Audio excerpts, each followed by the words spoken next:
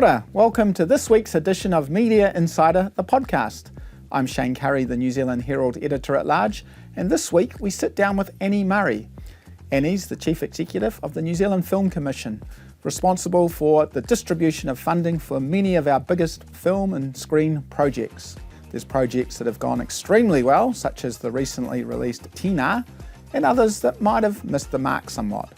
We talked to her about the future of the industry, especially with all the global pressures of other countries offering all sorts of screen rebates. Here's Annie. Annie Murray, welcome to the Media Insider podcast. Thanks, Shane. It's good to be here. Lovely to have you here. You work, I think, in one of the most exciting sectors of the media industry, film, the Film Commission, as the CEO of the Film Commission. You've been there 2 years now. It's changed rapidly in that time even, I think. Can you give us a sort of an overview of just how we're travelling as a sector at the moment? Yeah, well, we've had a really buoyant 2 years on both the film international and domestic side. So we've had, the enormous success of Tina, which has been incredible. We've had Minecraft movie made here. We've got Spartacus happening, Avatar, there's been a lot of production. So a lot of success on that side in a very busy time. We've had some headwinds coming, obviously really well documented headwinds on the TV side of the screen sector. What was a bit of a pickup was when the rebate changes came through, which enabled the New Zealand On Air money to be combined with rebate. So it was a change about 18 months ago, which opened up a world of premium drama in particular. What producers are telling us, though, is that those shows are still quite hard to finance. We're seeing a bit of that on the film side too, so quite a dynamic finance market internationally. So that's challenging. We've seen a lot of production. There was a pent-up demand after COVID. There was the strikes, so there was a pause and then a rush on production. But we are seeing a shrinking of the pie in terms of production globally. That's affecting us here locally as well. So we can't rest on our laurels. We've got to make some changes to ensure we can continue to bring that pipeline of international production in. Because it is a driver of $1.5 billion in the last financial year and around 24,000 jobs. So it's significant business. Yeah, it is. It's in the billions, right, in terms of that return to the New Zealand sector. Give us a picture then of just how many film productions a year we're getting now versus what we did have, say, 4 or 5 years ago or pre-COVID.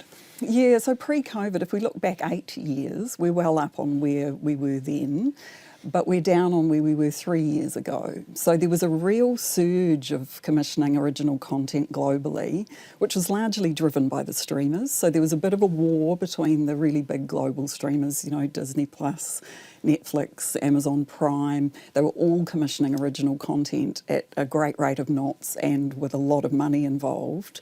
They've all contracted. And that has had quite an effect globally. So we're feeling that here locally. We have also seen that governments around the world have embraced incentives and rebates. They all understand the economic impact that it has and the fast injection of cash into an economy.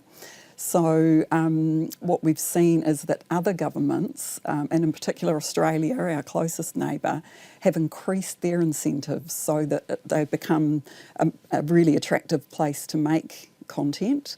And by comparison, we're becoming less competitive. So we do have to do some work and work really hard to bring in every dollar and every title. So right now we are at, 40% with the screen production rebate on domestic. On domestic, yes. And then with international, how are we compared to the Aussies right now? So on the domestic side, 40%, that's actually very good.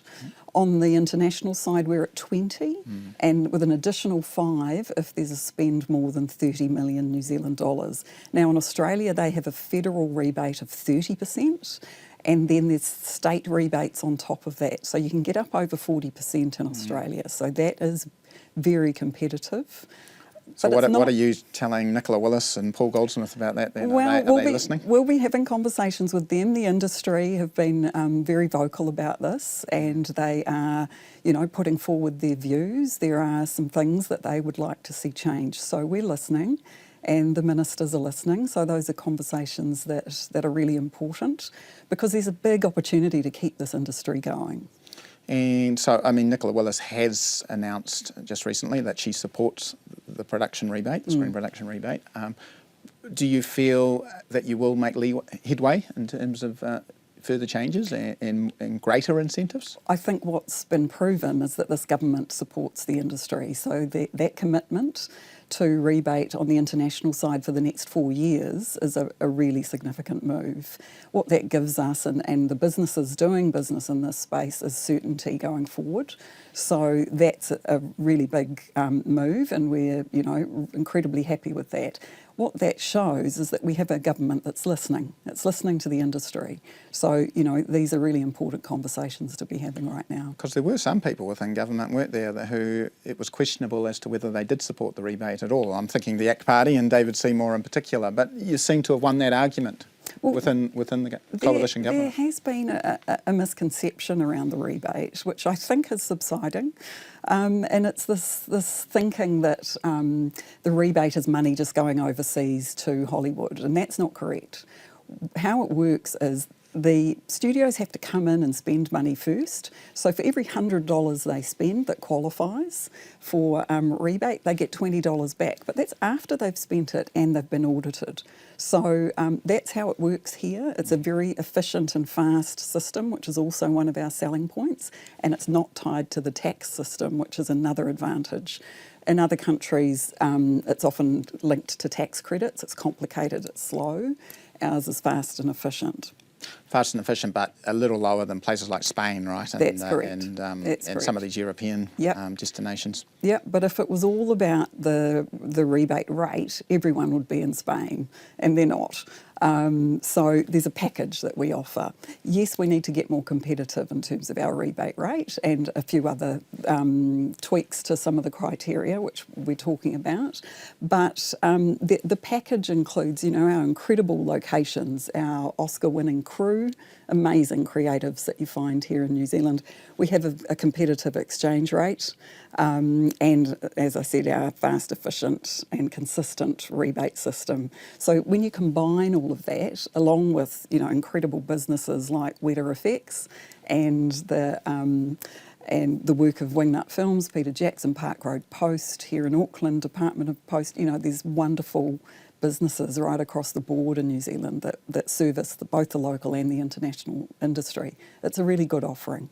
I want to talk about the broader industry shortly, but Peter Jackson, James Cameron, how closely are you liaising with these guys through the year? Yeah, so I'm visiting Miramar frequently. I pop in on my way to in or out of the airport. So we have good conversations with the guys who run those businesses.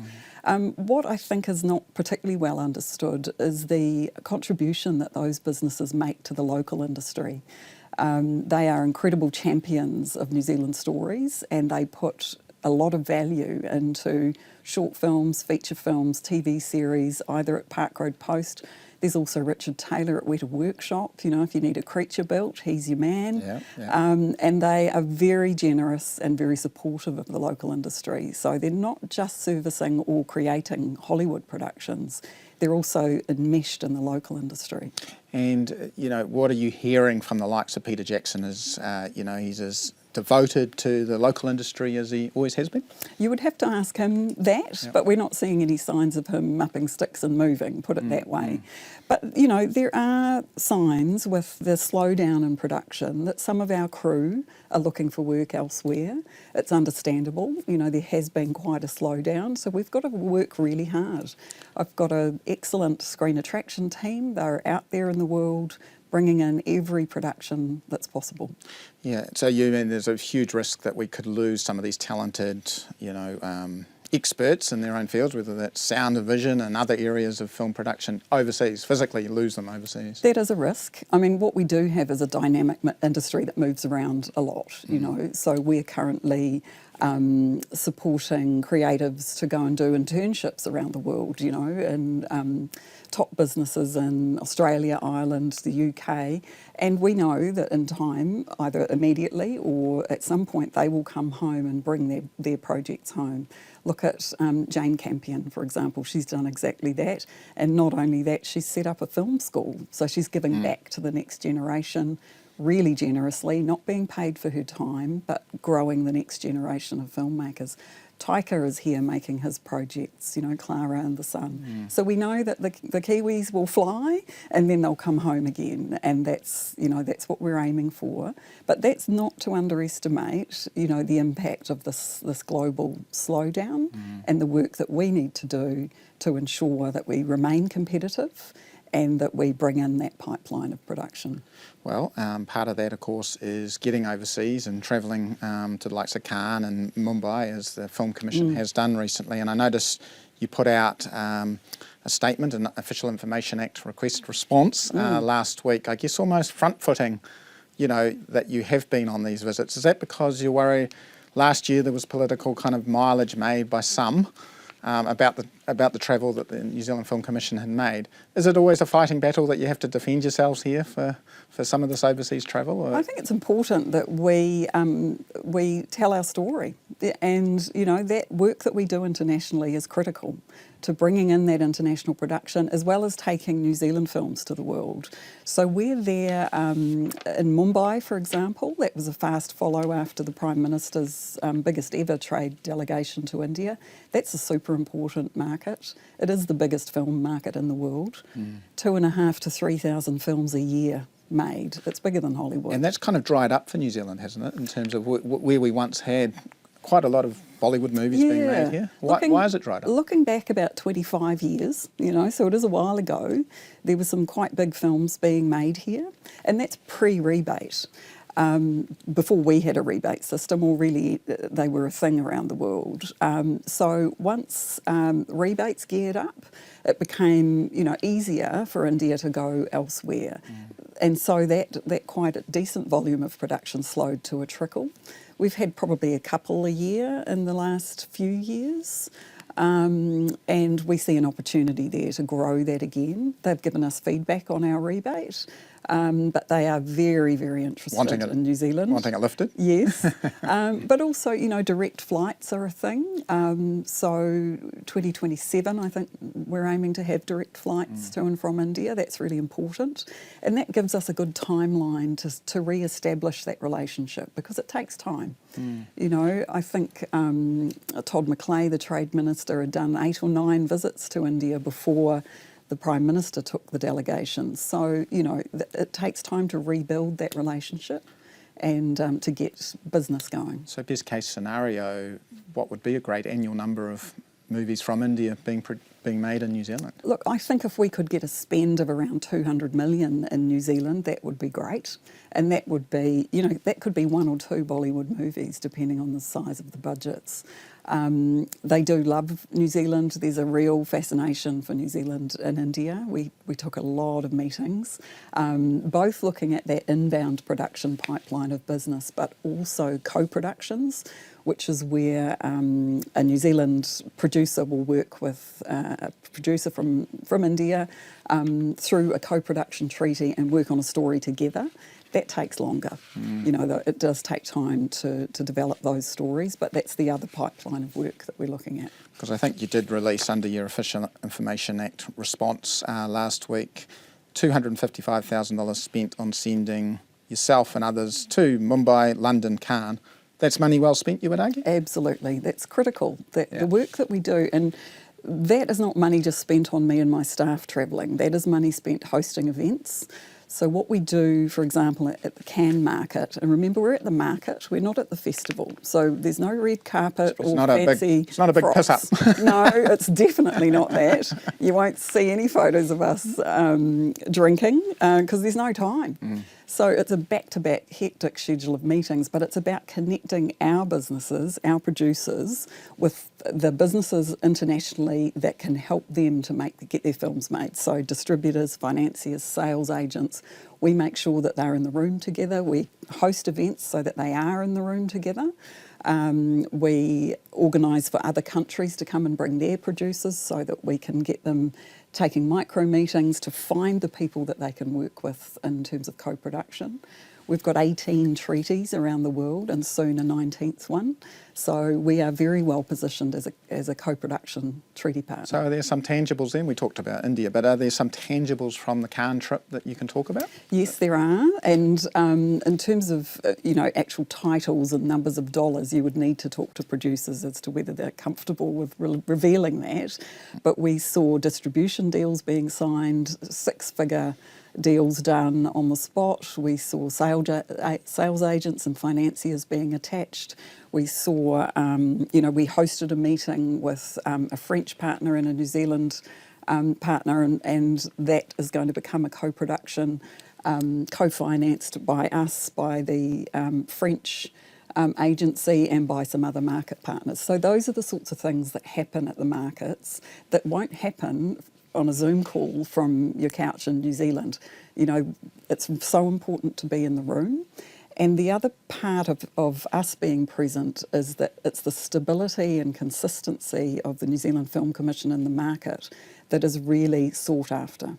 We're seen as a stable country, a good place to do business, not corrupt. We do what we say we're going to do, and that's what a lot of partners like about doing business with New Zealand. Does it get frustrating? You have to defend yourself just about every year around travel and from interest groups? It's important to front foot it. There's a lot of vested interests out there, and there are some naysayers, but we're really confident that what we're doing in the international market is bringing in business for New Zealand, and the numbers show that. 1.5 billion in inbound production and 24,000 jobs tells you that we're doing a good job. One of the interesting, obviously, developing themes across film, TV and the entire media sector and lots of other sectors is the rise of AI, the threats, the opportunities. Those wonderful New Zealand landscapes that we see in the backdrops of lots of movies, that could easily be reproduced now in labs and places in LA, across the world. Are you worried about that? AI is developing incredibly quickly. What we're seeing is a very quick uptake of generative AI. So that is where these large language models, for example, are being trained on IP that may not necessarily have been licensed, that the creators of that IP have not necessarily been paid or acknowledged. So that's a problem in terms of chain of title and copyright. There's issues there. But on the other side of the coin is the productivity gains that can be had from the ethical use of AI. So what we are championing is that the ethical use of AI with integrity that will take us forward as an industry, but also as a country. Interesting report out yesterday from One New Zealand that showed there is a trust issue in New Zealand with AI. And I think that comes down to not understanding how it works or how to assess an AI tool for what you need it to do.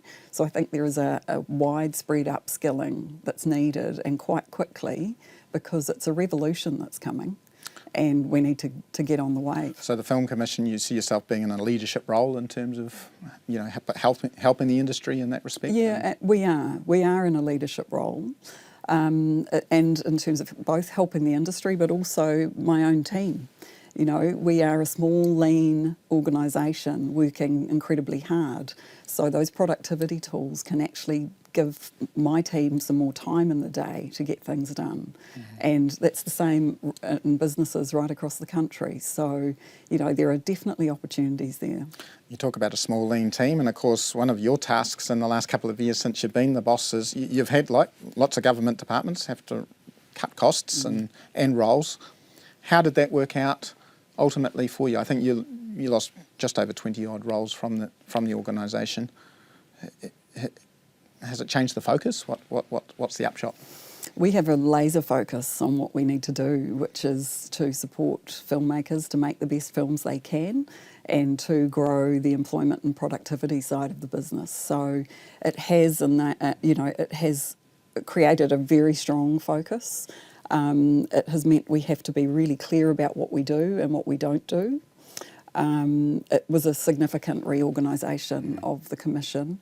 We'd found, probably during COVID, which was before my time with the Commission, that we'd become a bit distant, you know, like a lot of businesses, relying on email and Teams calls and Zoom for engagement with the industry. And the industry gave us really clear feedback that they wanted, you know, stronger engagement, they wanted better consultation, they wanted to have a say in what we were doing. So we listened, and I think the results speak for themselves. Do you find that you're saying you are more accessible now? Absolutely more accessible, face-to-face? yep. We have an incredible team. The funding team is led by Ainsley Gardner, celebrated filmmaker, Oscar nominee. She has hired some really experienced filmmakers into her team, Morgan Wadu, Red, White and Brass, Brian March, a celebrated documentary maker. So they're a very, very strong team who know the business from both sides. Well, that leads to the question of the hits and misses, I guess, over the past. And, you know, various filmmakers and recently have talked about, before Tina, it was a while between drinks in terms of successes for New Zealand Film Commission supported films. Is that a fair criticism or not? Look, I think 15 years ago that would have been a fair criticism because they're only looking at box office, right? So yes, that's one measure, and it's an important measure, and TNR shows you that people still want to go to the movies to see New Zealand films. But yep, it had been quite a while since the last big box office success, which was Hunt for the Wilder People, about 10 years prior. So that was 2016. Yep. What we've had is quite a number of films that have done well. What you don't see is the sales around the world. So, you know, those are commercially sensitive numbers, but we see films that might do very, very little at the box office, but go on to do very good business around the world. The Lie would be a really good example of that, a documentary which sat at number 1 on Netflix for a number of weeks. Very healthy sale to Netflix, that sort of thing. Joyka, a film about ballet, it did very small numbers at the box office but has sold very well.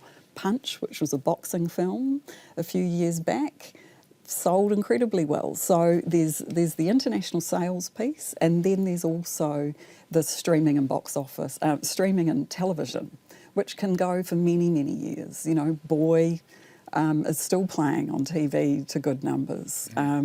Once Were Warriors is sitting on Netflix. So there's an incredibly long tail. We can't just judge the success by the box office, which can be only a matter of 2 or 3 weeks these days. Yes, but even taking that point on board, have there been too many misses in terms of those other areas as well, before your arrival even at the Film Commission? What we're working on is making the films as good as they can be, and that means taking longer in development.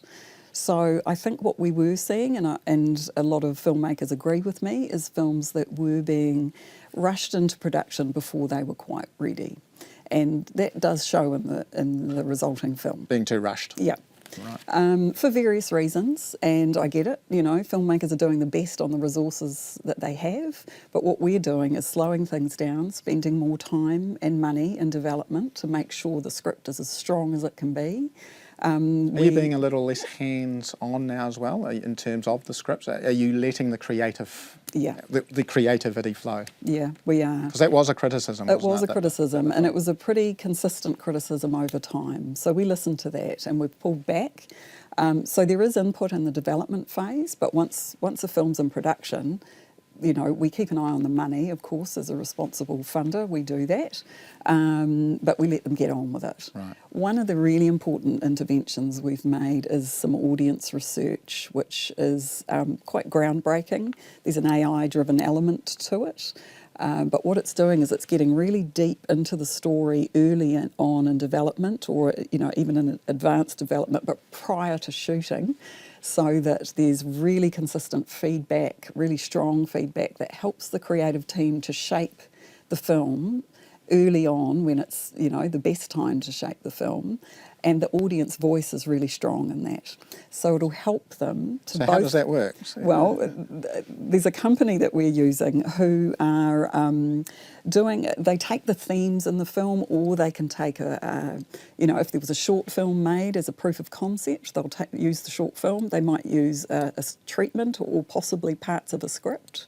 They will look for the themes in the film, and they will do an AI-driven search of the internet to see what the conversations are that are going on around those themes.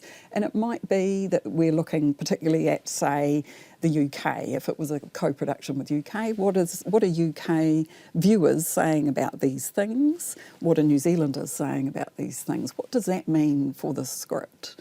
And then those insights are overlaid with what's really important with AI, which is the human oversight. Mm-hmm. So this is a team of anthropologists with PhDs who are analysing that data to give incredibly rich feedback. And is it working? The audience. Do you think it's successful? It is. It's working. So I got this from the outgoing CEO of the Danish Film Institute, who left soon after I started in the role, and I said to him, you know, if there's one thing I do, what would you recommend? And he said, you need to do this audience research. It's made an incredible difference to the numbers of people viewing the films and to the strength of the films. And so we looked into it, and we're doing it. So take, for instance, Tina. Did you do it on Tina? No, because Tina was, you know, well in production by then. So we're doing this on films that are currently in pre-production. So can you give us an example of Not yet. what you've done and how? Not yet. But have you actually tweaked? Have you tweaked the Yes. making of films as a result of this technology? Definitely made changes to scripts, yep. And how are the creatives feeling about that? Well, it's the creatives who make the changes. Right. So, you know, they're part of the they're process. Listening We're not imposing this on them. We're right. saying, hey, this is an option. Are you interested? So it's a collaborative approach. Yeah. And they've all been interested.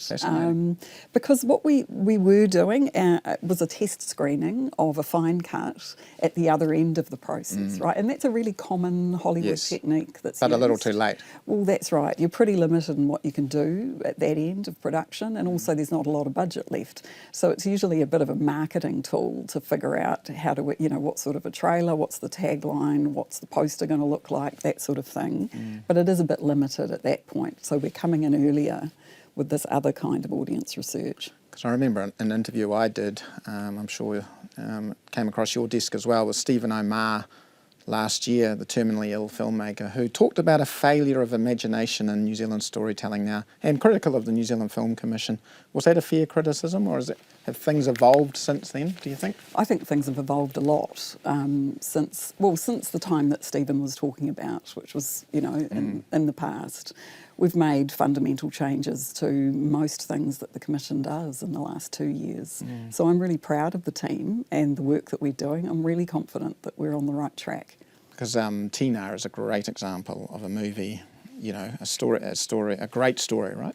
Are we going to see more Tinas in the next year or two? Yeah, well, what we've got coming up is some really exciting stuff. Pike River, obviously, which the promos are out now. A really important film, a very strong film that's coming out from a producer, Vicky Pope, who does very good work. She also has an art house drama, so, you know, the other end of the spectrum, coming out in the film festival. We've got a really exciting gothic horror coming called Marama. That will be next year. Holy Days, which is a Canada-New Zealand co-production shot in Canterbury using the regional incentive that Canterbury's been offering for a few years now, with Miriam Margolyes in it, so a comedy drama. Right. So those are some of the local ones. On the international side, there's Spartacus, Chief of War, which is Jason Momoa's Apple TV series. Right. There's Zombies 4 from Disney. There will be another Avatar film, Fire and Ash. So, you know, a really exciting slate. Sure, and I take your point, what you were saying earlier about box office not being the sole kind of, you know, mark for how successful a movie is or not. Even so, Tina has now moved into the top 5 of all-time highest New Zealand grossing movies. at the box office. Do you expect something like Pike River to be challenging that top 5 as well, or not? I don't think Pike River would be top 5. No, I don't think it would. I think Tina has brought something really special. And if you look at those 5 films, you know, Boy, Hunt for the Wilder People, World's Fastest Indian, Whale Rider, Tina, there's a certain kind of flavour to them. You know, they're culturally very strong. They speak to what New Zealand is all about, and they're real perennial stories. Pike River it's a hard story, you know. It's a story of a really tragic disaster, and it is harder to get the very big broad audience to it that we've seen with Tina. You know, Tina's had nearly 500,000 New Zealanders go and see it already. Yeah, incredible numbers, and an amazing movie. So Pike River, just remind us, when can New Zealand moviegoers and... It's later in the year. I don't think the date's been announced yet, so I better not give it away. No scoop today. One other movie that you didn't mention, but which hit headlines last year, was the Jacinda Ardern movie, which the Film Commission backed. Is that still on track? What's happening with that? No, that hasn't contracted. Right. So that at this stage isn't proceeding. This is Mania, the movie that Firefly Films was looking at. So tell me then, what's happened? When you say not contracted, can you give us some background on that? That's something you'd have to talk to the producer about. You know, those are business decisions made by that business, so it's best that you talk to Firefly Films. Right, so if it does get contracted, the Film Commission money is still there, should it go ahead? That money times out, so we don't commit indefinitely. So every funding decision we make has a finite timeline on it. Right. And that's so they would have to come back. They would have to come back and start the process again. And do you think, in that scenario, if they did come back to you, do you think you'd make the same decision again? Well, I think the fact that this new film has come out now, that would be a factor that we would take into account, but we'd have to look at it on its merits, like we do with any other funding decision. Yeah. Was Jacinda Ardern's kind of implied criticism of Film Commission funding for that movie fair? I didn't see any criticism of it. I think she was just very clear that the film that she was involved with had no Film Commission funding or rebate, and I understand that. So, you know, rather than criticising us, she was simply saying, this is the film that I'm backing and it has no New Zealand public money in it. So under the same scenario, you know, if looking back at when you did agree to that $800,000 funding, you still back the way that went? That was a board decision. So, you know, that was fully considered against a whole range of objectives. Those are very thorough decisions with a business case that looks at things like, you know, does it meet the criteria, does it have international investment, and was reported at the time that it did have significant amounts of international investment. So what you're saying now is it doesn't? Well, it doesn't now, no. Right, so what's happened? You'd have to talk to the producer. But did the producer talk to you about? Yeah, she does. About and those things are, you know, confidential business discussions. So if she wants to talk about it, that's up to her. Right. But what I'm hearing is potentially if it did come back across your desk, there are other factors now that have played out that might not lend itself to taxpayer funding anymore. That's correct. And as with any funding application, we weigh it up on its merits at the time. And the board will make a decision. That's right. I mean, and I guess that plays to, and all of these titles that we talk about, plays to a very high-profile role that the Film Commission has. Is it a difficult job at times? It can be difficult at times, but so can any job.